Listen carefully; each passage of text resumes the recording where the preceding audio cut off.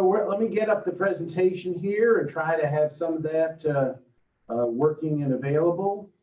I got too many screens open, so that gets kind of annoying here for myself. So hopefully I'm getting enough volume to give people that opportunity to hear me. Is that a little bit better? I can make sure to raise my volume a little bit to make sure that happens. So first 2 weeks, we looked at our first 2 chapters of our book. Let me move my gallery here so I can see what I'm doing here. I'll get that presentation mode here. And so first 2 weeks, we looked at some of the background for why Natalie and I wrote together. We felt that church was an important place for being able to look at some of these issues of diversity because we want to look at things from a God perspective. So in that first chapter, we tried to set some backdrop for what we prefer in terms of some of our terminology, such things as diversity, as opposed to the very ill-defined word race and other concepts like that, looking at some of the background of that. And then chapter 2, we looked a little bit more at what's going on with the idea of how churches, in a very generic sense, all of Christian faith within the last 400 years in our country have dealt with issues of differences of skin color and culture and things. And that's kind of been a checkered history. It's been some difficult chapters in that history. And certainly in looking at some of that, our goal was to acknowledge the difficulties of the past. And that's sometimes challenging because we go, well, if we had lived in those days, we might not have done those things. But sadly, the more we read history and look at current events, we unfortunately might have been right there with some of the folks that did some of what they did. So this week, we want to look a little bit more in chapters 3 and 4, and I will do chapter 3 more specifically today, to define the term judge professionally and biblically, to introduce important terms of microaggression and implicit bias, to learn the impact of judging based on skin color, to identify the difference between privilege and non-privilege, and then to suggest new methods of exploring deeper relationships. And so we've got a big swatch that we're trying to do within these 2 presentations this week and next week. So I need to go back and I got to see if I can find my gallery here a little bit here. Where did my gallery go? My gallery got way too far down where I can't see anything. So there we go. I found my gallery. There's some of my folks. And I'm still looking to see who's on the gallery today. So we're going to keep going with this on our not judging by appearances. First of all, judging individuals based largely on external experience. That seems to be, of course, where we start. We see a person, we see their outside, and because of things like history and mental development through the years, we make decisions based primarily on what we see. Then the biblical history addressing judging and the judging factors that impact relationships within the church. And so let me get back over here. It's going to let me forward a little bit differently. The chapter begins by not judging by appearance, actually making a reference back to 2 Samuel. As you remember, King Saul was not the nicest guy that ever lived. He did a lot of things that were very inappropriate. And finally, when he offered the holy sacrifices to God, which he was not allowed to do as king, he was supposed to let a priest do that. God said, I'm not going to put up with this in the kingship anymore. So he sends Samuel to the house of Kish. And he says, okay, in that house, there's a bunch of sons. And one of those sons is going to be the next king. So they go through the first son, and he's a nice looking guy. And Samuel's going, good, I got the right. No, he's not the right one. And they keep going through, and all the sons are there except one, the youngest son. The youngest son is out tending the sheep and everything. And Samuel says, don't you have some more sons? And that's when David comes in. And God says, that's the one. Don't judge by appearance. Judge by the heart. And the idea of judging, in fact, this is interesting. Jay is talking about this in his lesson today. We'd like to think that was planned, but it's not. So to judge is to form an opinion or an evaluation about something. Now, on one level, we're always going to form an opinion about something. But the level of intensity of this word's a little bit higher. And the intensity is more the idea of judging with a view to eternal destination. Now, some of you may be old enough to remember a phrase or remember hearing your grandparents say a phrase. Well, I don't think that that person's doing something that's going to send them to hell. That's what the power of judging means, is to make an eternal decision about something. And Matthew 7 verse 1 says, don't judge lest we be judged. And with the measure we measure out to others, we're going to have it measured out to us. So there are factors from internal bias to external evaluation, from looking at opinion versus verifiable fact. Now, I don't know if recently you've heard anything about something called fake news or verifiable fact, but this is something that's always out there. It's something that what actually is a fact. Now, if I had put the screen back on the regular thing, gravity is a fact in our environment. I can take my keys and I know when I let them go, they're going to hit the ground. That's a verifiable fact. You can see it, you can look at it. Judging what people are from looking at their exterior is not a verifiable fact. And people are rarely as bad as we think they are, nor nearly as good as we think they are. We've made that evaluation. And what we're reminded in James 4 is, I got one too many there. I'm going the wrong direction here. Don't speak evil against one another, brothers. The one who speaks against a brother or judges a brother speaks evil against the law and judges the law. But if you judge the law, you're not a doer of the law, but a judge. There's only one judge and lawgiver who's able to save and destroy, but who are you to judge your neighbor? And so that's a dynamic we want to make sure to explore and look at a little bit more completely today. I want to take another look at my gallery and see if everyone is here today. Okay, looking for someone else to be here today. So the idea being is that we're looking at the idea of judging. Now, when you and I think about judgment and the negative things of judgment, what kind of things have you heard through the years about Christians and judging? Share some of your background with the idea of judging.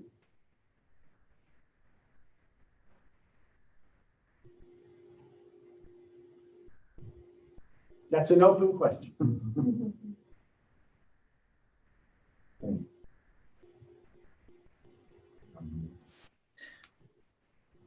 Bob, are you talking about Christians and judging, like within the Christian context, or just any kind of like an example? Sure, I think any example would be there, Karen. Do you have something that would be of value? Well, I don't know. You judge it. I know when I was younger, my mom she was a great person, a very merciful person, but I remember often she would point out guys with big bellies and assume that they, she would tell me that was a beer belly. Well, and it could have been or it might not have been, but then I took it to mean that, as a child, then anybody who is overweight was drinking beer. And it took me a while to unravel that. Yeah, I think that's a great example because a negative attribute was based on something you could see. It was real easy to put that out in other contexts. Thank you, Karen. Other examples of where we've seen some judgment. Ty?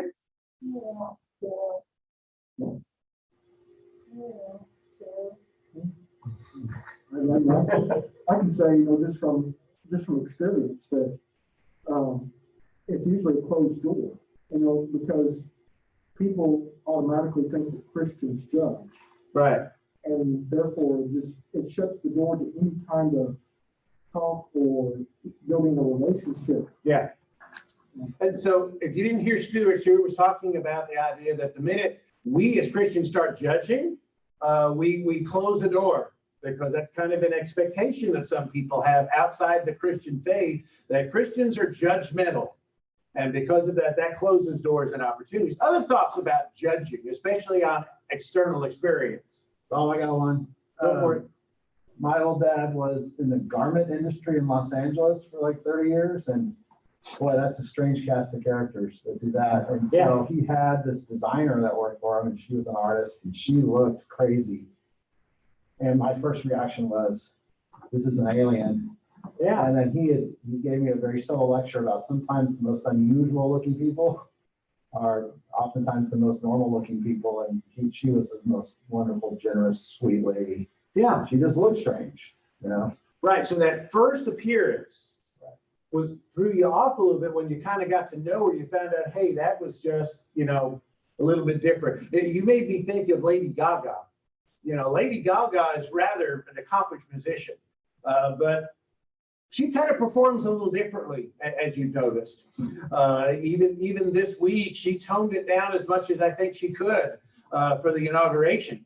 But, that's a great example of looking. And I think in my lifetime, one of the things I've noticed is the attitude toward tattoos.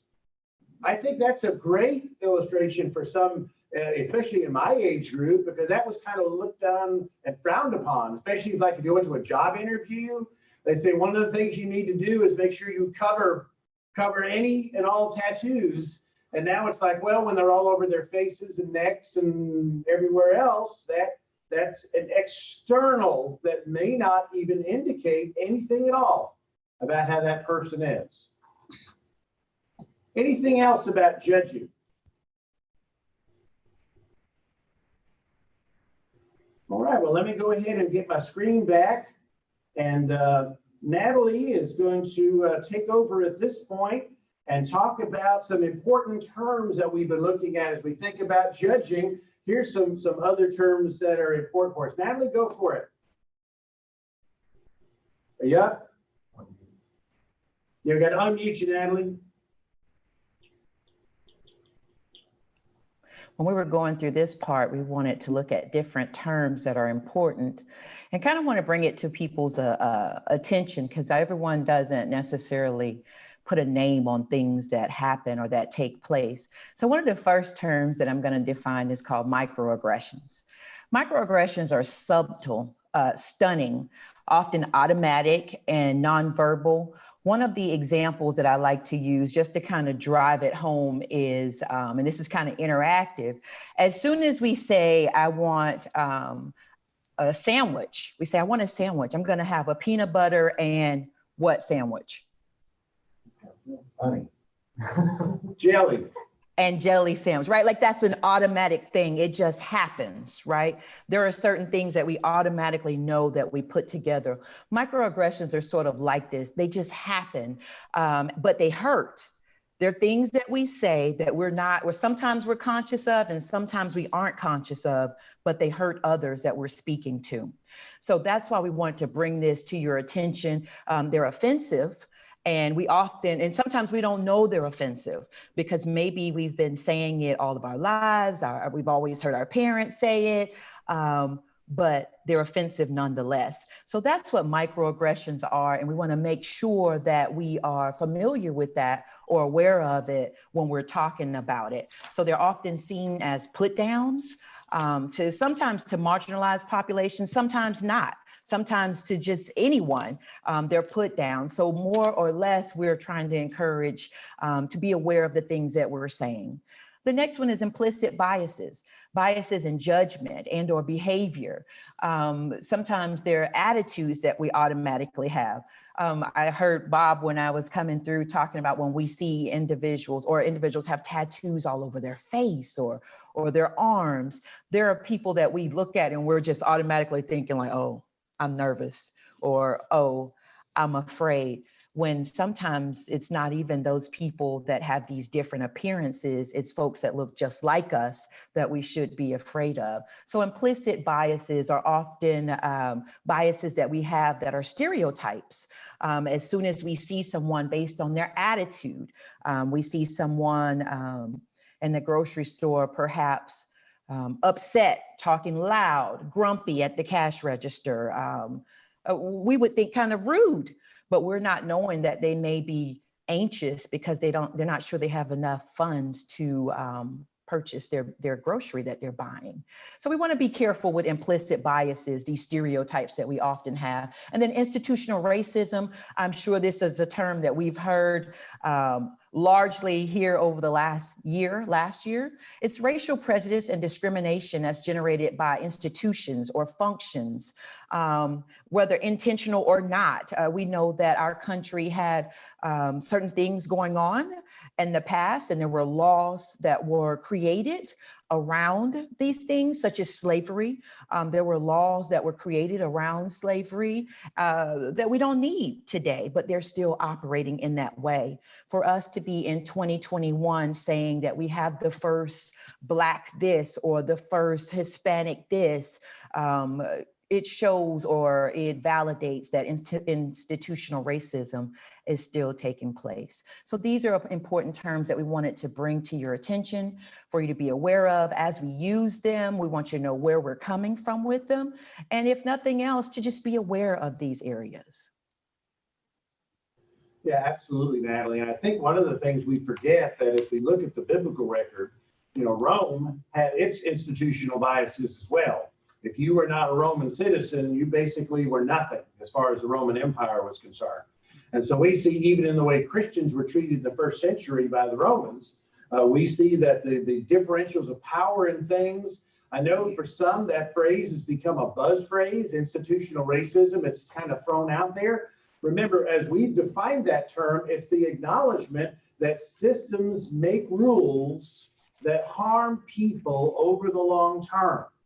And they picked them out largely because of external factors. I saw a report on the news last night that talked about the disproportion in Dallas County of homeless folks and their skin color and the advantages and disadvantages that they have. Those sometimes are great examples that we see of some of those ideas. So we're going to try to hit a little bit on some of our reflection pieces here and just kind of talk about what stereotyping means and how that's seen through the lens of the church and how we can best minimize that. So what are some of the ways that we kind of see stereotyping, and what does that mean when you hear about stereotyping? So anyone?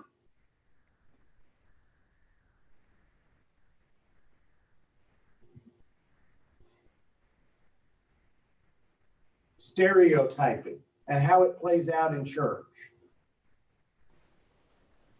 Well, Bob, you gave a real good example a couple of minutes ago when you talked about a person with tattoos, that especially prominent tattoos, that some years ago, and I'm still guilty of it myself, that I see somebody like that and I immediately jump to going, oh, well, he's, of a lower kind of class of people or something ridiculous like that. But yet that's the stereotype that I'm tempted to throw that person in.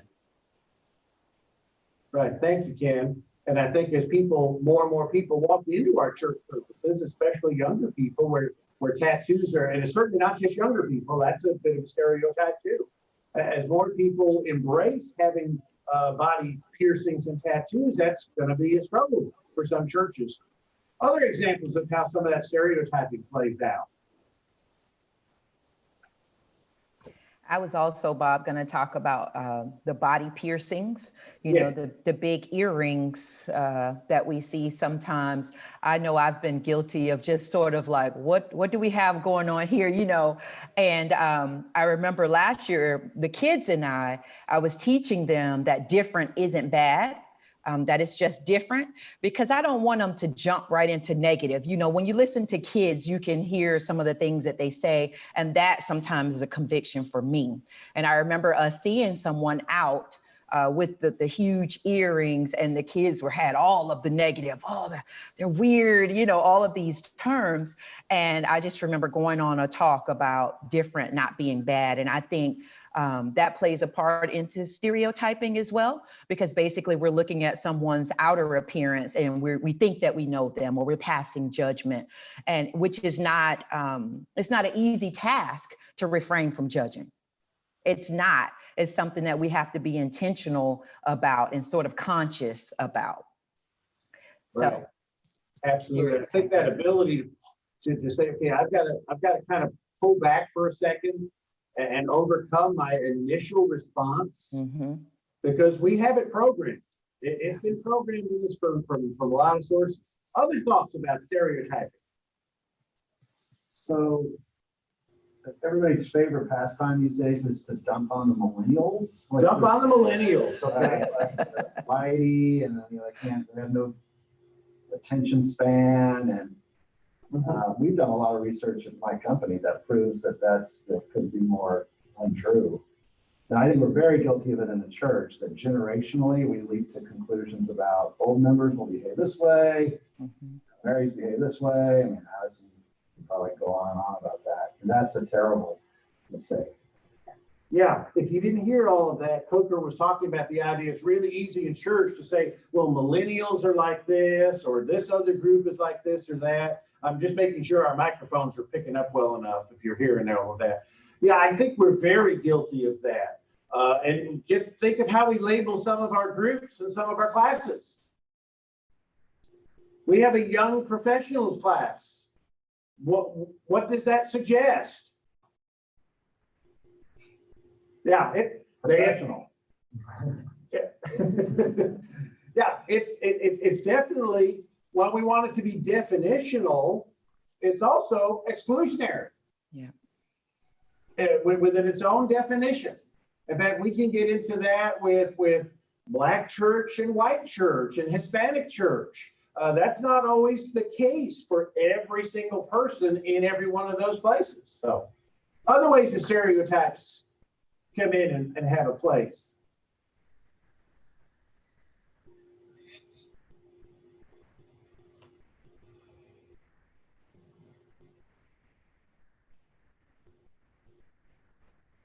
So I think we're aware of it. We've had some good illustrations of it. We've got some good thoughts. We tend to know that stereotypes are not there, but they kind of serve as a shorthand for us. It's much easier to say, well, that's a such and such person, whatever that characteristic is. That makes it where I don't have the burden of actually having to learn who that person is and finding out that I may have a lot more in common with somebody whose chronological age may be radically different than mine, or gender or skin color or some other characteristic is radically different. Okay, we're going to put our screen back on and share that next piece of that. So minimizing judging in the church is very, very important. And I think we have to be able to work with that really well. I'm not on the page. Here we go. So we want to work to, I've been talking a while, Natalie. Why don't you grab that one for me? Hey, I was thinking about that. We think that, or we're encouraging leadership to create a system that helps with relationship building for all members. And for all, when I say relationship building, I'm meaning deeper than coming in on Sunday morning and us visiting with one another, and then we're returning to our cars and going home. Some sort of deeper connection that we can have. This includes phone calls, social opportunities, and more to break down negative stereotypes and judging. I know that the women's ministry, I think, makes phone calls. The women's ministry, they have a system that they pray for one another. There are some things in place, but I think that if we could do that on a larger scope, and we're tasked with, I guess, all members, just making an effort to get to know each other. I think that is a basic space that we can start at for leadership in terms of action steps and getting to know each other. Another thing that we talked about was congregations. What can we do for the congregation that would help to benefit partnerships? Last week, we spoke about partnering with churches around us that are predominantly Black, predominantly Spanish speaking, just being intentional about spreading our wings and having relationships with churches that are around us, because that does happen. We do have churches around us that have certain populations in them, and it would be a benefit for those churches and for our church to partner in those areas. What do you all think about us partnering with other churches around us? Is this something you think we could do, we should do, or if it's not broke, don't fix it?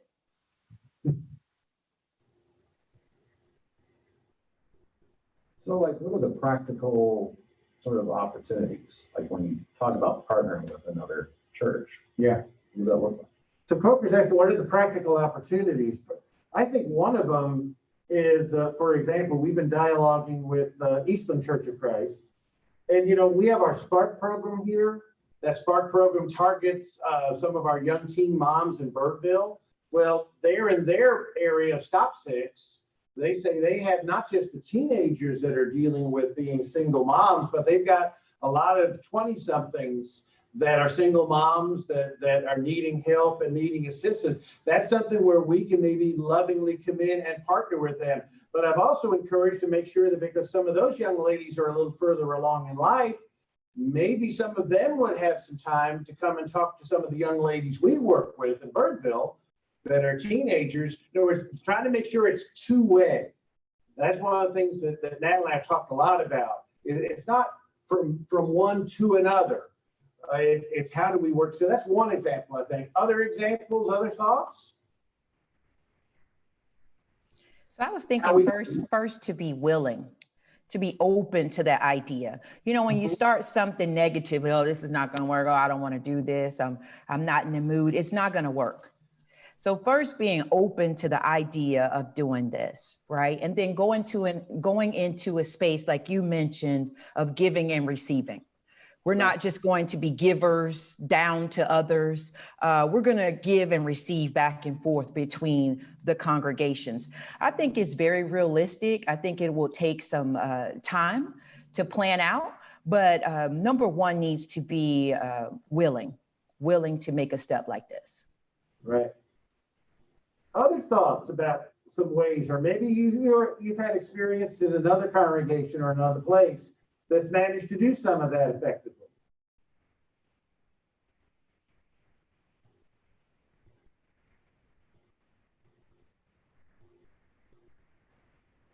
I think one thing, simple thing, I think I played the card last week, but I'll play it again this week, you know, because especially with our summer program, the way we do Sunday nights, it would be very easy to start visiting other congregations with groups from Legacy.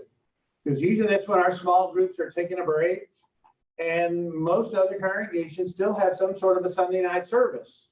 And that would be a way to start getting some of that introduction going and working with some of that.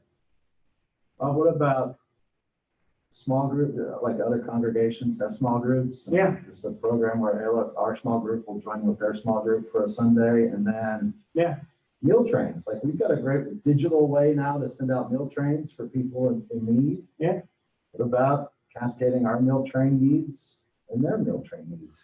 Yeah. So finding ways like doing meal train together, being able to do some things with that and making that work in various ways to do that. Having mutual small groups between a couple of congregations meeting together, I think is another great way to do that. Some remember a few years ago when Jesse Villarreal was still here, the group from here would go to Siempre Familia, and they would do a giveaway day and do some things down there in South Fort Worth.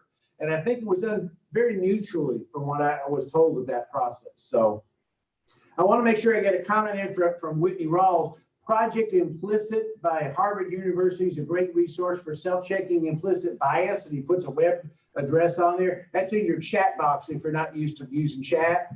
So thank you for putting that there. A lot of great resources out there for checking some of that bias. Other thoughts about ways that we could do some of that connecting?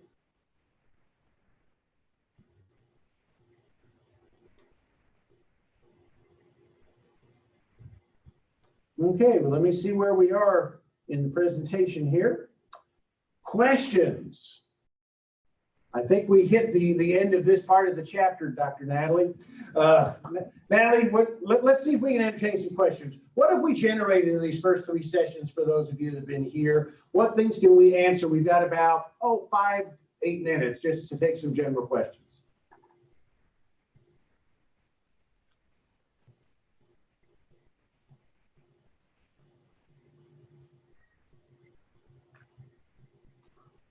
I'd like to throw out a question there.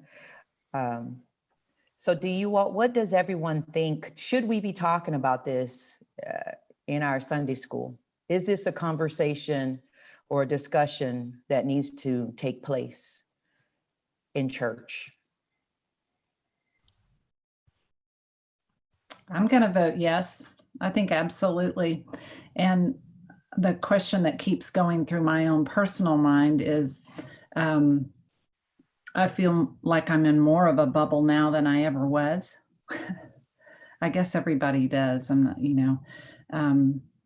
I think the suggestions about finding ways to work alongside other congregations is great because I don't feel like I have a natural way to step out of my bubble. And I think just these, I don't know another way to put that, but kindly, but I think these discussions just, maybe give us all a way to think of how we can take advantage of different opportunities and create different opportunities.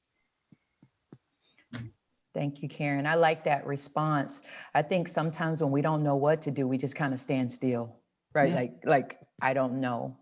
So I like that. That makes me feel like Bob and I are on the right track for having these discussions. And so that's why I wanted to ask the class today, do you think this is a good space for us to start? Does anyone else also have a perspective on having these discussions in our Sunday school class?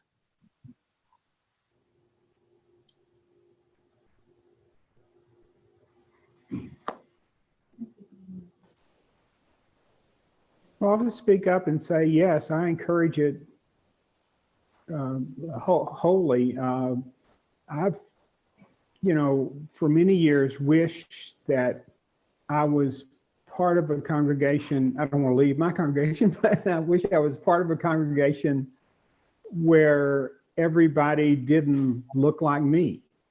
And all these years have gone by, and I'm in my 60s now, and it didn't happen when I'm in my 20s. It didn't happen when I'm in my 40s. It still hasn't happened. And I look forward to that happening before I leave this earth. Thanks, Ken. I think there's something special about the church or the congregation mirroring the world, right?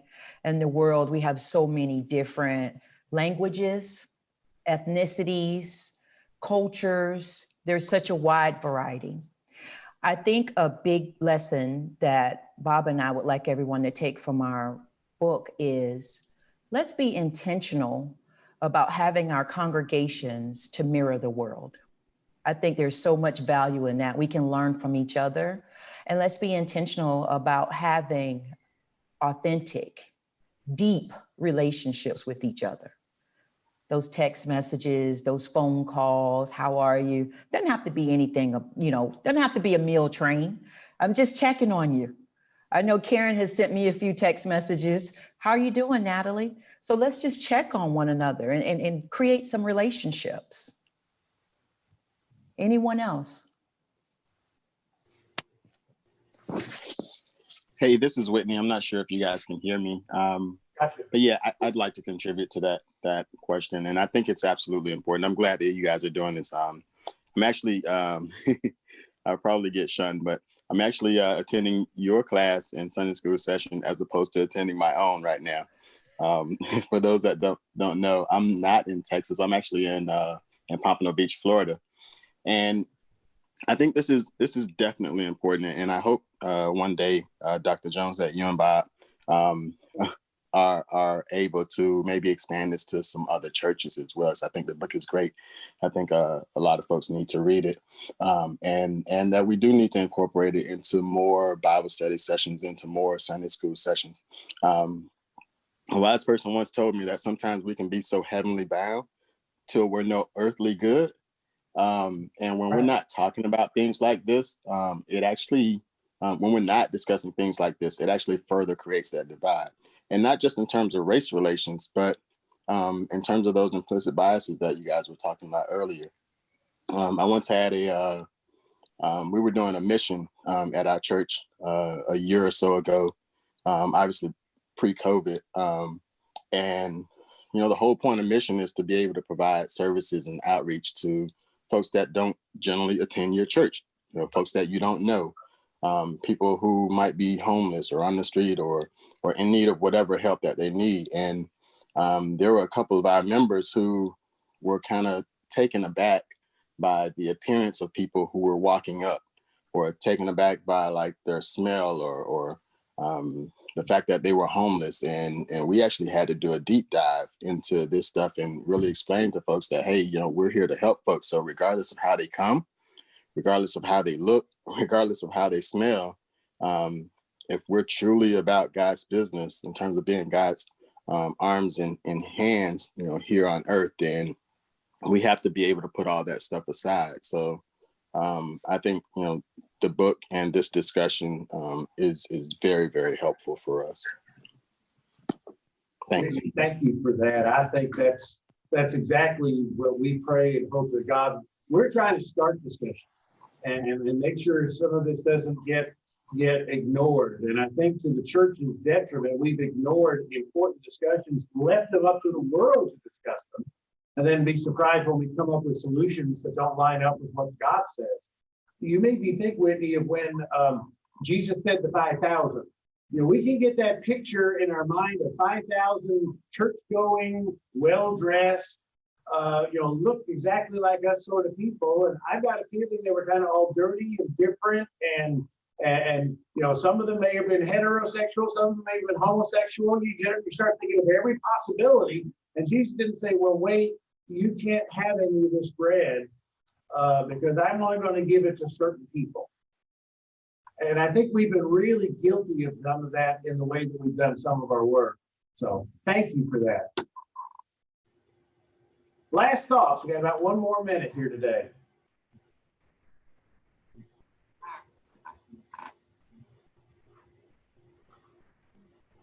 Ty, what do you got? So I thought that we could, like on some Sundays, go out with the groceries and go around finding homeless people, delivering food to them. That way they can eat it. Yeah, so thinking about, I don't know if you heard Ty, but thinking about getting out in the community and making sure to give food to some of those homeless folks and starting some of those connections. Because often those are folks that, except by the grace of God, that would be us standing out on that street corner. So this is where we wound up today with judging or not judging, if you will, based on appearance. That we've got to dive deeper into where folks are and be able to work with that. Natalie, I'll give you the final word today. So above all, do not judge by appearance. All of us are more than what you see on the outside. There is so much more to us than whatever it is on the outside. So I want to encourage all of us this week to take steps towards getting to know one another and others outside of just getting to know more about other people. That's what I'm going to encourage you to do. I know that we're not really we're not sitting around folks. We're doing a lot of Zooming and video calls, but let's be intentional about taking relationships to another step. All relationships. Let's welcome discomfort. That's all I have. Amen. Well, since I'm the one standing here in the room, thank you for being here again this week. And next week, we're going to go ahead and walk into that next section of chapter 4 and talk about different aspects of how we continue to bridge some of these gaps. So thank you. Let me close with a short prayer and then we'll be done for this session. God, thank you for today. Thank you that you judge down into the heart. And that you've made every one of us in your image and made every one of our outward appearance. And we just pray that you bless us to go beyond that and see the character that should be with us in each and every one of us. In the name of Jesus, amen. All right, thank you much, y'all. Take care.